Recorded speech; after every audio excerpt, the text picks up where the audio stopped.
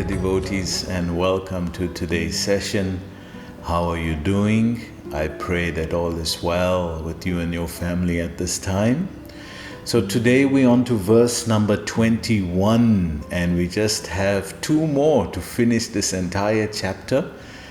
So it's been a very wonderful journey in exploring the deep love between the devotee and the Lord in a philosophical and in the way of mellow, rasa, and the combination of both studying Krishna's majesty and Krishna's sweetness in his loving exchange between his devotee and himself. So moving on today's verse, Nayam Sukhapo Bhagavan Dehinam Gopika Sutta Jnaninam Chatma Bhutanam Yatha Bhaktir Matam Iha.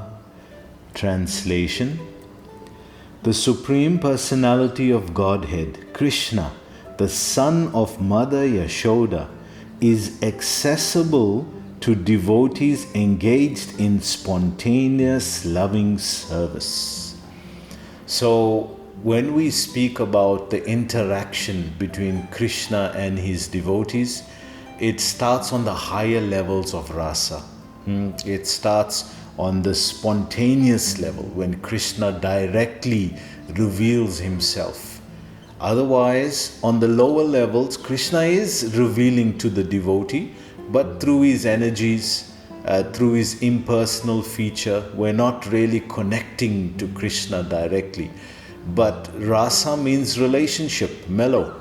So on that deep level of spontaneous, we know in Nectar of Devotion, we start off with Vaidhi Bhakti, where we're doing and we're learning the practices of what will please Krishna. Therefore, that sometimes is the most difficult part, because we have to learn things and we have an idea. We come with our own ideas of what will please Krishna, but because we genuinely, sincerely want to please Krishna, we learn through the authorized Vedic way what actually pleases Krishna. We learn from the devotees, and by learning that, then we know, okay, this is how Krishna wants it, this is how Krishna likes it. We learn how to do Achman, we learn how to do Arti properly, we learn why we do these things. So all of that is Vaidhi Bhakti. And as we keep on practicing that consciously, that's the secret. You got to be practicing it consciously, aware that this is leading, it's the practice stage now, but it's going to lead me to a spontaneous level where I don't have to think about it. I naturally just serve Krishna, I naturally just love Krishna. In the practice stage, any practice is very difficult. Any practice stage at first will take years and years. Get it right, how to get it right. Learn the mantras, learn the mula mantras if you're doing pujari work, and how that goes, and you forget this, you forget that. So all that is part of the practice, and Krishna is watching and relishing that as well, but he's not exchanging directly with you. But as you go on doing that, knowingly that these are the things that please Krishna, eventually it leads to Raganuga Bhakti. So this Raganuga Vaidhi Bhakti, or Raganuga Bhakti as spoken in Nectar of Devotion, is the spontaneous level where one naturally gets up for Mangal Arti, don't need alarm clock. One naturally serves Krishna. You don't need to be told to come and do devotional service. Please come and do Aarti. Please come and cook for Krishna. We know of those experiences. So on the level of Raganuga, it's spontaneous. This is what you just do. It's just totally spontaneous. And we can see a glimpse of that in the relationship between mother and child, that she doesn't think of getting up in the middle of the night. She just does it. She doesn't think, I have to clean my child now. She just does it. It's a spontaneous, and the child also knows that mother will do this. So it's that security of relationship where the child is secure in his relationship with the mother, and the mother is doing it spontaneously without even reasoning, thinking. It just happens. So you can understand from that example how deep the connection is between the mother and the child in that relationship. So this is what happens on the level of Raganuga, spontaneous. So this is what Prabhupada is saying here. The translation is saying that service to Krishna, because on that level it's so deep, it's the level by which Krishna starts to exchange with you. That famous lecture Prabhupada gave at the installation of Dwarkadish, Radha Dwarkadish in Los Angeles. And he was saying that Krishna will talk with you. The deity will talk with you. The deity will eat from you. He was directly saying that. Prabhupada is saying that in that class. So what is that level? That level when Krishna is secured in his relationship with you, he can trust you enough now. He can trust you enough that this is genuine. You don't want any karma or any gyan. You don't want anything material. Once it's karma or gyan, there's material tinges. He's on the level of pure bhakti. And that starts at that Raganuga level. So let's see what the translation says. But he is not as easily accessible to mental speculators, to those striving for self-realization by severe austerities and penances, or to those who consider the body the same as the self. So this is all the material definitions now. One is the jnani, that he's the mental speculator. Maybe it's like this, maybe it's like that. Let me try this, let me try that. Devotee is not trying and doing any mental speculation anymore. He's just following the guidance of the spiritual master. Tat vidi pranipate na pariprashnena sevaya upadeshantite gam jnanam jnaninas tattva darshanaha. Because this person, the pure devotee, is tattva darshi. He has seen the truth, therefore you are taking guidance from him. The others are aspiring towards the truth on their own way. How do we know it's not coming from the mind? So that is mental speculation, because Maya is so subtle. We were discussing this. She can even trick us, and it could be coming from the mind. Our experience could be an illusion within an illusion. This is like hallucination. You're already within an illusion and you're hallucinating. It's even worse. But how do you know what is coming to you as thoughts, as an epiphany? How do you know that this is not coming from the mind? You need something to guide you on that. Therefore we have scripture, so we can see what is pure, what is not, what is pure, what is impure. So therefore mental speculation out of the way. And then you get those who practice self-realization by doing austerities, tapasya. That's why Krishna warns them in 9.27. Yat karosi, yat asnasi, yat jahosi tadasiyat. Whatever you do, yat karosi, whatever you do, whatever you give away in charity, and whatever you eat, tat tapasyatu kaunteya, and whatever austerity you do. Tat tapasyatu kaunteya, yat kurusva mat arpanam. Do that as arpanam, as worship to me. These four things. So as this candidate is endeavoring, is he doing it for Krishna? Therefore we encourage austerity, but it must be connected to Krishna. If austerity is done like we're just finishing now, we got last 5 days of Kartik. So the last 5 days is the Bhishma Panchaka. For 5 days, there's a special vrat that's done, which is very austere. We just live off the supply of the cow. We take the cow dung, we eat the cow dung, we take the cow urine. We survive of those elements. So it's a very, very austere vrat. But what is the purpose behind it? Because you want a better job, you want something for your child, you want better health, you need money, you need some kind of security. What is it that you're doing it for? When you ask that question, then the reality hits you in your face. Then the reality comes home and say, oh, you know what, this is actually materially motivated. So don't do it for that sake, because it will be impure. Do it for the pleasure of Krishna. Do it for your purification, so that you move closer to Krishna. And like we were speaking about the shadow and the sun yesterday, just like that, when you are moving towards Krishna, shadow will be chasing you from behind. No need to worry. This is all shadow, ethereal things, material things. This is all shadow. And when Krishna is in front of you, shadow is behind. But if Krishna is behind you, and you're not focusing on Krishna, then shadow will be in front. And then you'll be chasing that shadow. You'll never get it. Anybody catches the shadow, you see the dogs. The dog, from the corner of its eye, it notices its tail. And now it's chasing. And going round and round and round. It doesn't know that it is his own tail. So he just keeps on chasing till he tries to catch it.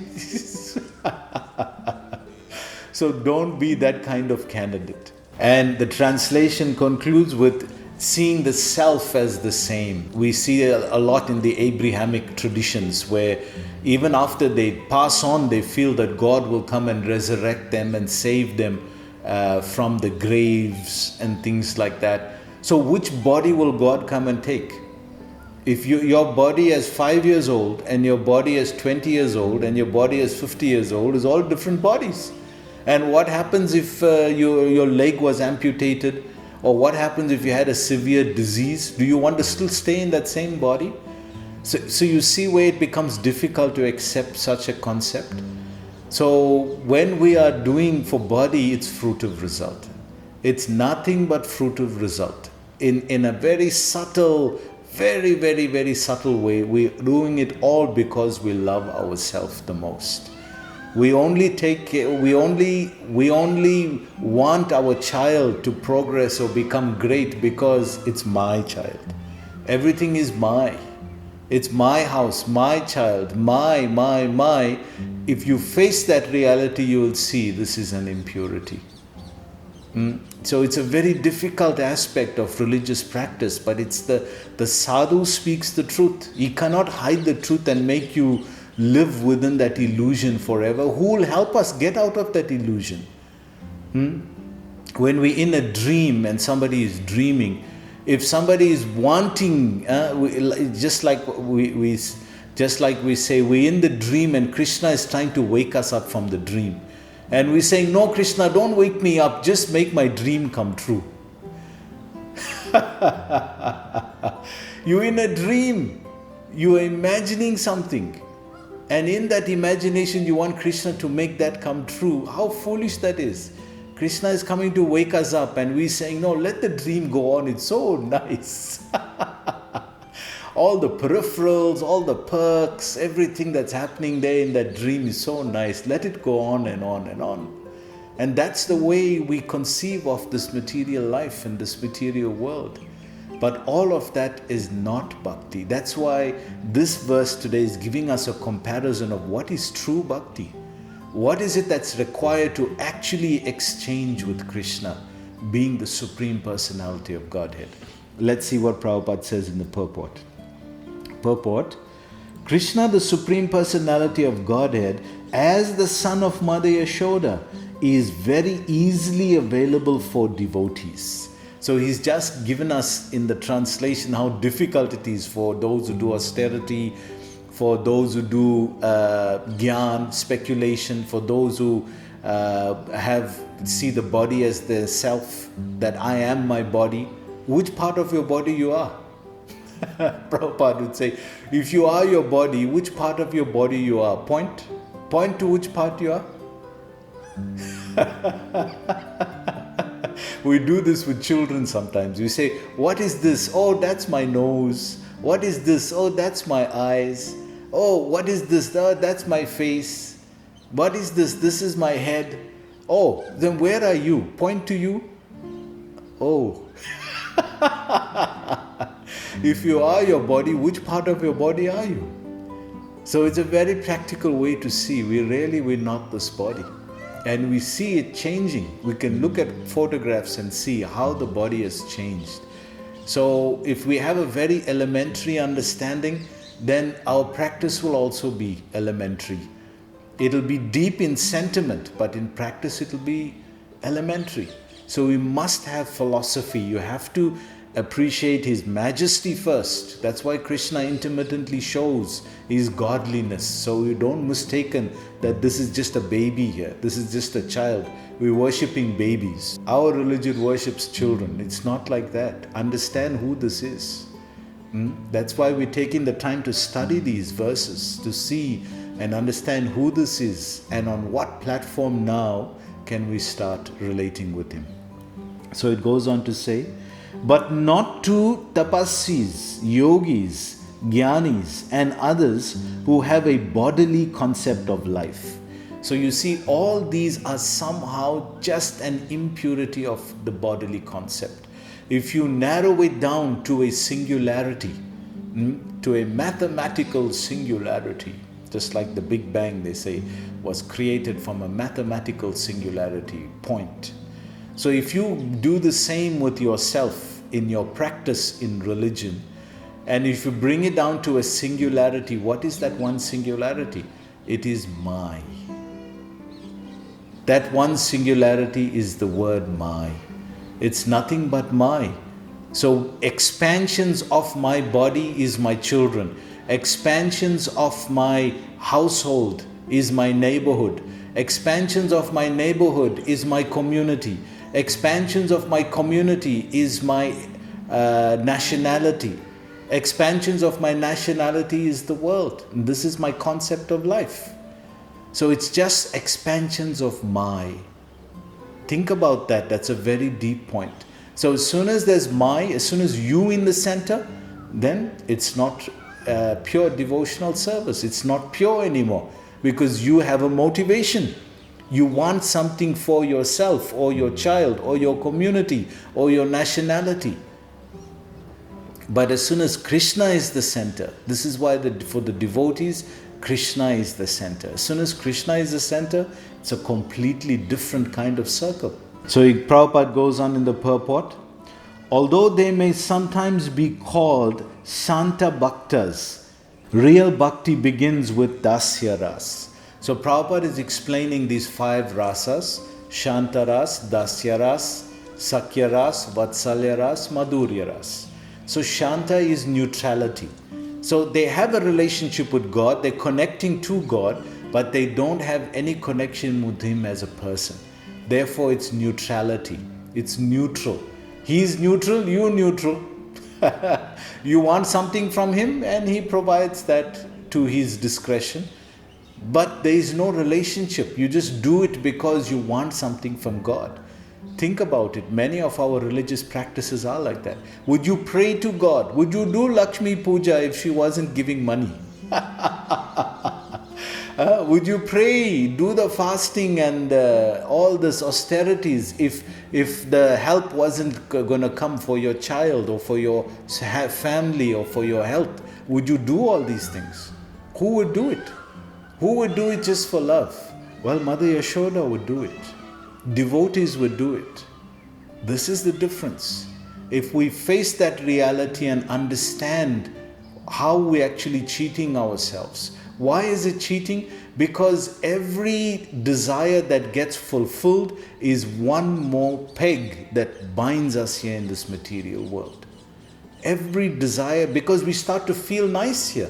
We start to feel comfortable here. Oh, just see, it's not too bad. It's not too bad. And we start to believe this whole illusion as if it's real. So when are you going to develop your real relationship with Krishna? When are you going to go back home, back to Godhead, and stop believing that all of this is really true? That reality Krishna consciousness makes you face. That's why it's harsh sometimes. It's not easy to see this and accept this. But if we think about it and there's genuine desire, you'll start to make sense and you'll start to reason. Actually, I'm now understanding what is real love, what is real spirituality. I've been cheating myself all this while. Does it mean we don't pray for our loved ones and all these other things? No. We take it and leave it at Krishna's feet. That's all. Well, if it comes, it's his blessing. If it doesn't come, move on with the goal. What's the goal? Prema Pumartha Mahan. To go back to Godhead. To develop love for Krishna. Prabhupada goes on to say, Krishna says in Bhagavad Gita 4.11, Ye yata maam prapadyante tamstatevam bhajamyaham mama vartmana vartante manusapartha sarvasaha. As living entities surrender unto me, I reward them accordingly. So what is your level of surrender? Surrender will mean what is your motivation. To that degree you'll surrender. If you're motivated for something very deeply, that kind of surrender will show in the level of your surrender. So what is your motivation in your spiritual practice? What do you want at the end of the day? Oh, I just want blessings for my family. I just want the whole world to be happy. Can you see how temporal all these blessings are?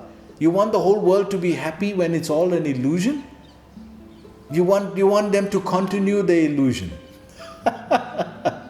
This is why only the devotee can see this and see it for what it is. The devotee sees it for what it is and he tries to sacrifice his life. Srila Prabhupada gave his whole life to wake people out of this dream. See the reality for what it is. So, yayata mam prapadyante, as they surrender unto me, then tamsate evam bhajamyaham, I reward accordingly. So it's as you sow, so shall you reap. If you put in that effort, if you put that desire, that's what will come. But do you want that? Think about it carefully. Because every material desire that gets fulfilled, it means one more binding agent into this material world. So why not let's face it and get out of this illusion. Take all our loved ones, 100 generations of loved ones. You only know up to probably your great-great-grandfather, great-great-great-great-great-grandfather, 5-6 generations. Narsingadev told Prahlad Maharaj, 100 generations will be liberated. Just see. You only know a few. That's which is within your memory. But 100 generations connected to a pure devotee, they'll all go back to Godhead. Just see the blessing that comes from this endeavor. Prabhupada goes on to say, everyone follows my path in all respects, O son of Pritha. You see, everyone, somehow you're following, but you're way down the path. You haven't come to the point of unalloyed devotion, ananya bhakti, pure devotion, unmotivated, uninterrupted devotion. We are motivated, and think about it. All our prayers and all the prayers and requests we have a material tinge about it. And if it has a material tinge, it is strong enough to bind us back in this material world. So how do we get out of that material tinge? We offer it to Krishna. Ye yatha mam prapadyante. Whatever you desire, my Lord. Yata chese tata kuru. Arjuna told Krishna, my Lord, whatever you desire, let it be. If you desire, you want to give me this, I'm conditioned, I have this need, I have this request, but I'm leaving it at your feet. If you want to give it, give it. If you don't want to give it, help me accept that as well. So Prabhupada goes on in the purport, everyone is seeking Krishna, for he is the super soul of all individual souls. So if you think about it, actually, why do you love yourself? You love yourself because of the Atma, because you are the Atma within this body. If you think about it, what is the greatest need and binding agent in this world? It is love. There's never been a greater energy than love. And love can only happen between two people. You can't have love with one entity.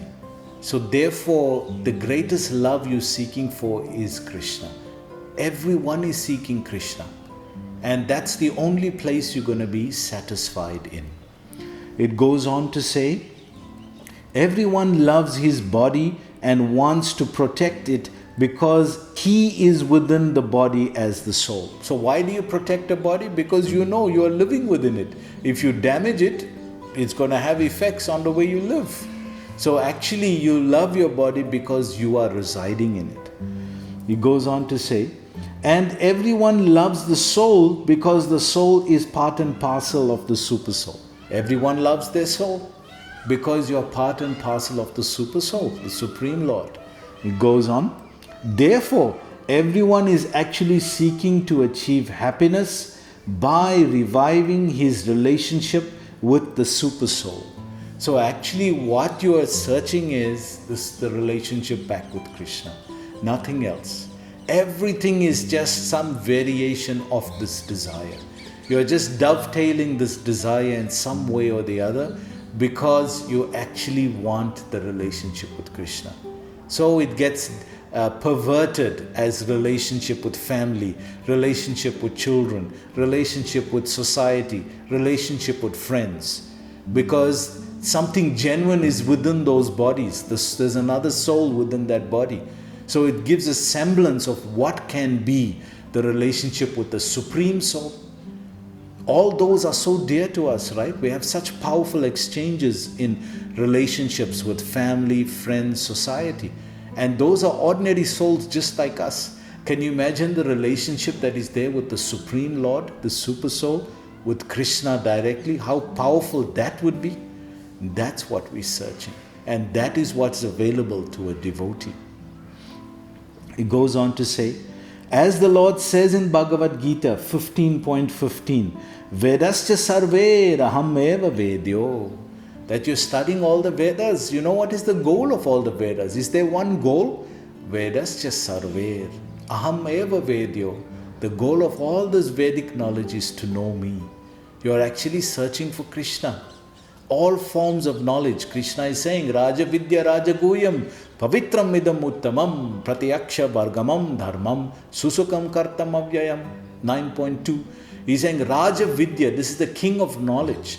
Raja Guyam, it's very secretive. Pavitram, it's the most pure. Pratyaksha Vargamam Dharmam. It gives perception of the self through realization, and it's the perfection of religion. It gives perfection. How do you see the self? Not by the eyes, through realization. You have to come to a point where you start realizing these things. And then you are practicing genuine spirituality. That is what spiritual knowledge is supposed to do, give you realization. That's why when devotees meet, they're always saying, what's your realization on this?